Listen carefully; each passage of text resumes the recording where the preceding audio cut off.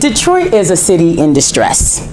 A lot of you know about the closing of the auto plants and the decades-long economic decline. A lot of you are also very familiar with the fact that Detroit has just come out of the largest municipal bankruptcy in U.S. history. And many of you are also familiar with the recent water shutoff crisis which the UN has said violates human rights. But what many of you and many people in general aren't really familiar with is the property tax foreclosure crisis that's currently happening in Detroit, which activists on the ground are calling a hurricane with no water. And that's because it is in fact wiping out large swaths of poor and working class African American communities, just as Hurricane Katrina did. When someone gets evicted from their home as a result of property tax foreclosure, that empty home causes the property values in surrounding homes to go down. That empty home serves as a magnet for arson and crime, and that empty home causes a flood of blight. And so, just to give you guys a sense of what's happening with this property tax foreclosure crisis, between 2011 and 2015, 1 in every 4 homes in Detroit has been subject to property tax foreclosure. And as you can see here, in 2015 alone, there has been about just over 28,000 homes in Detroit that have been subject to property tax foreclosure. As you can see, the figure in New York, the largest city in America, is just over 4,000 homes. And when you compare Detroit to similarly situated Rust Belt cities that have gone through deindustrialization, that number is much lower than 4,000. So the real question is, what in the world is going on in Detroit? Well, part of the story is this. As you can see from this chart, in 2008, property values dropped precipitously in Detroit, and the Detroit assessor has been unable to keep up with this drop in property values. And the current mayor of Detroit, Mayor Dugan, has said time and time again that he acknowledges that property taxes are inflated, property taxes are too high, property taxes are unfair. But the research question that I take on in this particular paper is not just whether property taxes are unfair, but are they actually in violation of the state constitution? So as you can see here, Article 9, Section 3 of the Michigan State Constitution reads, "The legislature shall provide for the determination of the true cash value of such property, the proportion of true cash value at which such property shall be uniformly assessed, which shall not after January 1st, 1966 exceed 50%. The Michigan Supreme Court has declared that true cash value and fair market value are synonymous, and now this is a very well settled principle of state law.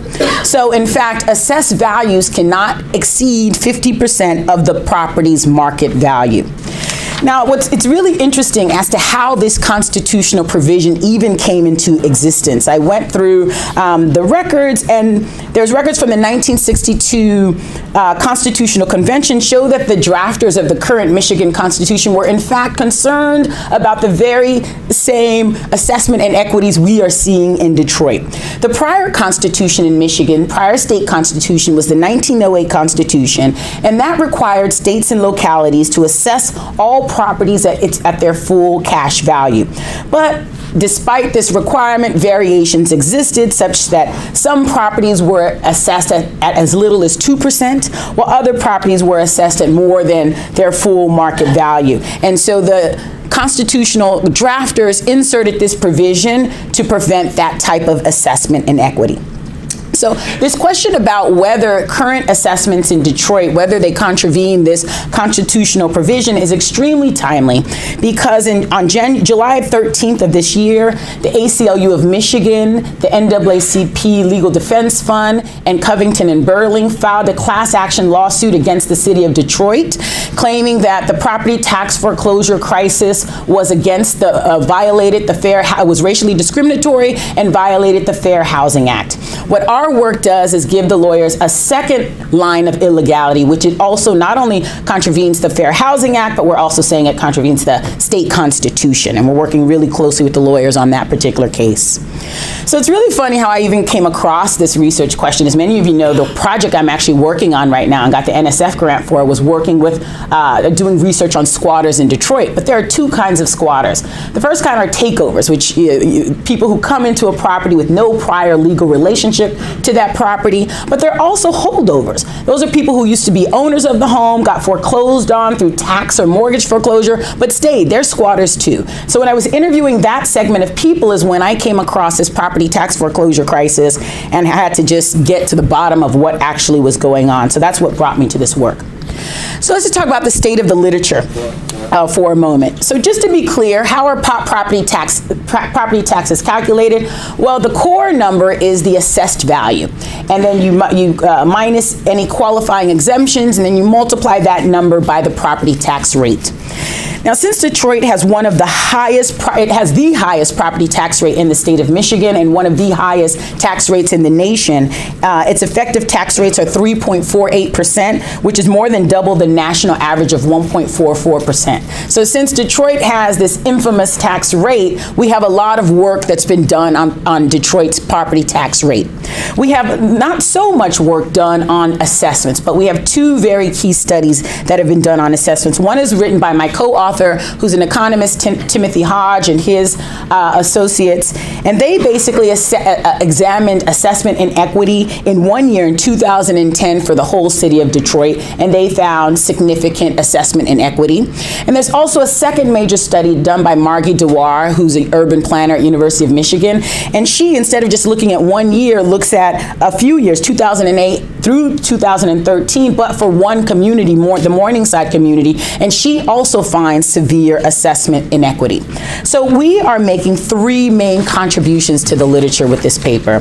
The first is we're using property and sales assessment data from 2009 to 2015 to examine how assessment inequity has changed throughout the entire city of Detroit through the life cycle of the housing crisis. As I just explained, the prior studies either take the whole city but for 1 year, or a longer period of time but for only one neighborhood. The second contribution we're making is we're really the first ones to examine whether the illegality and inequity really persisted after the mayor's recent move. In both 2014 and 2015, Mayor Dugan has instituted across-the-board property tax decreases in property tax assessments because of this problem. And so we do our analysis, and we find that for lowered valued properties, even after these two across-the-board decreases, assessment inequity and illegality still persist. Our third and I think most important contribution to this conversation is we examine the legality of this property tax assessment inequity. It was shocking to me that no one had already written this paper. I actually was hoping this paper would be written so I could just use it in my work and move on, right? But no one had written the paper making the argument that this was actually against the state, was in violation of the Michigan state constitution. And the best way I can explain that is because it's been urban planners and economists occupying the space, but this is the first paper making the argument that these assessments in Detroit are actually illegal. All right, how do we go about doing this? Our primary mechanism is the assessment ratio study, and these studies are the primary mechanism that assessors, taxpayers, appeal boards, and taxing authorities use to determine if assessments meet the legal requirements of any particular jurisdiction. So the assessment ratio is the property's assessed value divided by its market value, and according to the Michigan State Constitution, that number cannot exceed 0.5, right? It cannot be above 50% of the property's market value. So the IAAO, which is the main organization of assessors, the International Association of Assessing Officers, says, quote, assessment ratio studies are a form of applied statistics because the analyst draws conclusions about the appraisal of the population of properties based on those that have sold during a given time period. So the key is, so long as the properties that have sold are similar to the properties that haven't sold, we can make some conclusions. And our data shows that at least across a couple of variables, like for instance, the age of the home, the sold and unsold homes are very similar. And so let's get into the data and show you what we actually found. The first thing that you should notice is that the number of observations we actually use is shown here in column 3, just over 6,000 observations. But look in column 1, there's over 141,000 observations in total. So by just using over 6,000, we're essentially excluding 95% of the observations. What in the world is going on? Why are we doing that? We're doing that because the law requires us to do that. You're only allowed to use arm's length transactions when doing these assessment ratio studies. And what you're seeing here is the fact that the majority of transactions in Detroit at the moment are through distressed sales, auction sales, forced sales. That's the way that property is being exchanged, not through arm's length transactions. So you see that our number of arm's length transactions in column 2 is quite small over the period under study. The other thing we did, as you can see in column number 3, is the IAAO, its nationally recognized standards require us to trim the sample for statistical outliers because, of course, very low or high ratios can severely distort the analysis. So the number we use is actually in column 3. But what's really important about this is to know that the estimates that I'm about to share with you guys are the most conservative estimates. When we add in the non-arm's length transactions that you see in column 1, all of the estimates go through the roof. They only go upward, right? So these are the most conservative estimates of illegality. All right, so let me show you what we found. All right, so the first thing is you can see in all years, over 50% of the assessments were actually in violation of the Michigan State Constitution. More interesting, so you can see here that the mean is actually supposed to be near 0.5, and as you can see in all years, except for 2011 and 2012, the average assessment ratio is far in excess of 0.5. We make an argument in the paper to show what we believe that in 2011 and 2012, the Detroit assessor was cherry picking, right? And we could talk about that a little more in Q&A if you're interested in it. But even in 2011 and 2012, it is above that 0.5 ratio. All right, and as you can see here, that's just the last column presented in a different way. So that number you saw, 2.72 in 2009, that's 5.4 times the legal limit. Again, you can see in every year, the mean assessment ratio was above the allowed limit in the state constitution. Another thing we're interested in is vertical inequity, right? So it should be that high-valued homes and low-valued homes are both should have assessment ratios that don't exceed 0.5, that don't exceed 50% of the value. So what we did to get at whether we had vertical inequity is we divided our sample into 5 quintiles. As you can see, the lowest quintile are average home prices of just over $4,000, all the way to quintile 5, where the average home price was around $120,000. And what do we find here? In quintile 1 and 2, almost 100% of the properties are being assessed in violation of the state constitution. But when you get to quintile 5, we see that's not so much the case. And we see the same thing here in quintile 4 and quintile 5. We see that it's closer to the average assessment ratio, which should be around 0.5.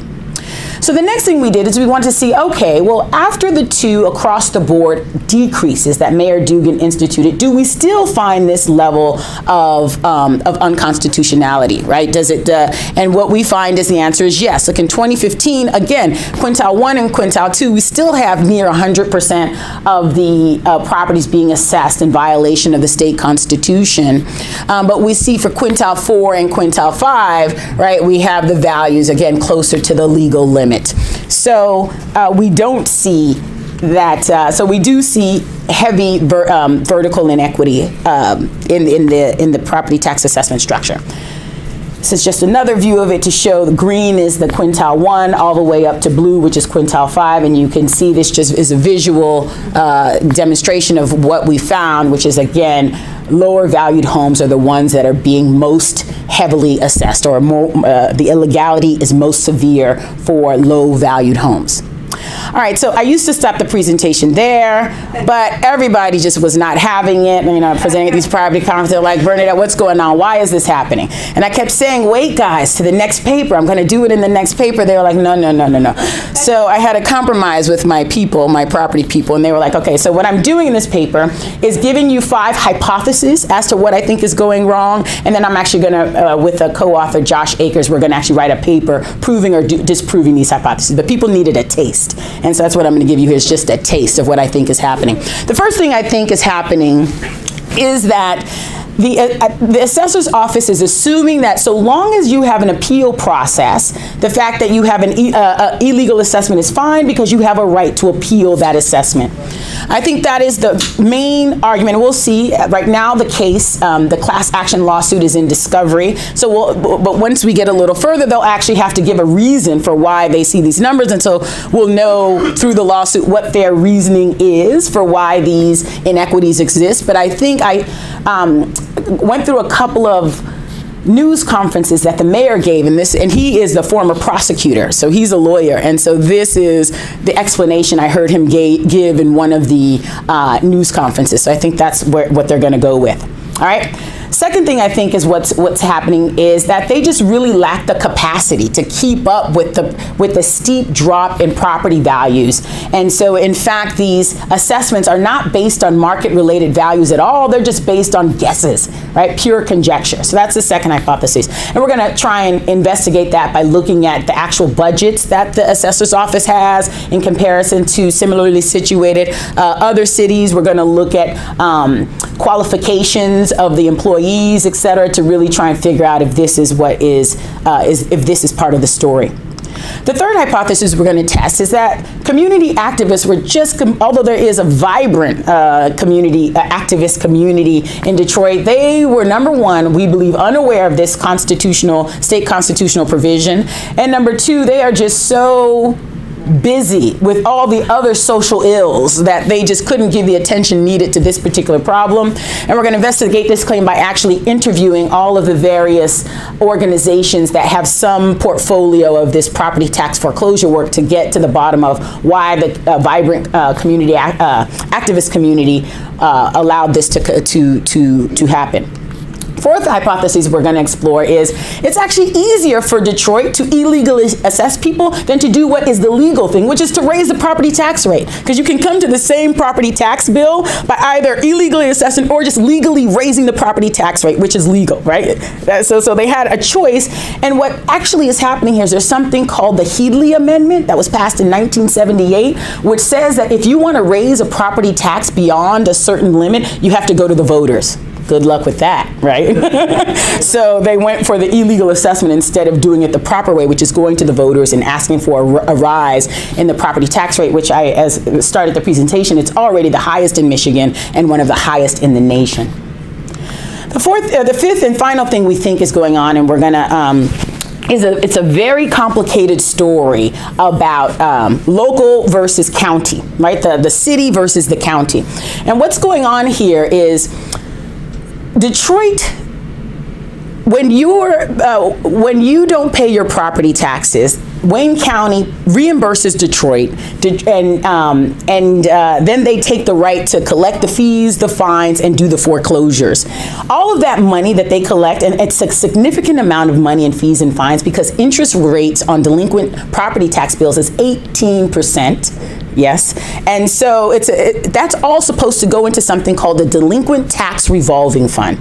What some reporters have uncovered is Wayne County is also in a mess, just like Detroit is, right? They are under emergency management. They're in a financial emergency. And what one reporter from the Detroit News has uncovered is that what they're doing is they're raiding the Delinquent Tax Revolving Fund in order to balance their books. So in fact, Wayne County is staying afloat through the foreclosures in Detroit. And so to get at this, we're going to go through all the records of the Delinquent Tax Revolving Fund. We're going to look at the budgets to see if this claim is actually true. But those are our 5 best guesses as to why we think this is going on. But again, we're just in this paper presenting the hypotheses, but we're really going to delve deeper in a separate paper to figure out what's actually happening. All right, so what's our normative proposal here? Where, you know, lawyers, we always have to have a normative piece to what we do. And we're just saying you have to place a moratorium on all property tax foreclosures in Detroit until every single property is reassessed. So you should know that they are in the process of reassessing all the properties. It was supposed to be done last year. Now they're saying it's supposed to be done at the end of this year. But our point is, until it is done, we need to put a moratorium on all property tax foreclosures. Now this could bankrupt Detroit, we realize, right? So the point is this: what we really want is a switch in the burden of proof. So what our work proves is that as a norm, the norm is illegality. And so if the assessor wants to foreclose, they have to then provide evidence that these assessments are in fact in compliance with the state constitution, and then they will be able to foreclose. Usually the burden of proof is on the resident, but again, our data is showing that the norm is illegality, so that should be enough to switch the burden of proof that if they want to foreclose, they have to show that the assessments on the homes that they want to foreclose upon are actually in line with the state constitution. So that's our normative proposal.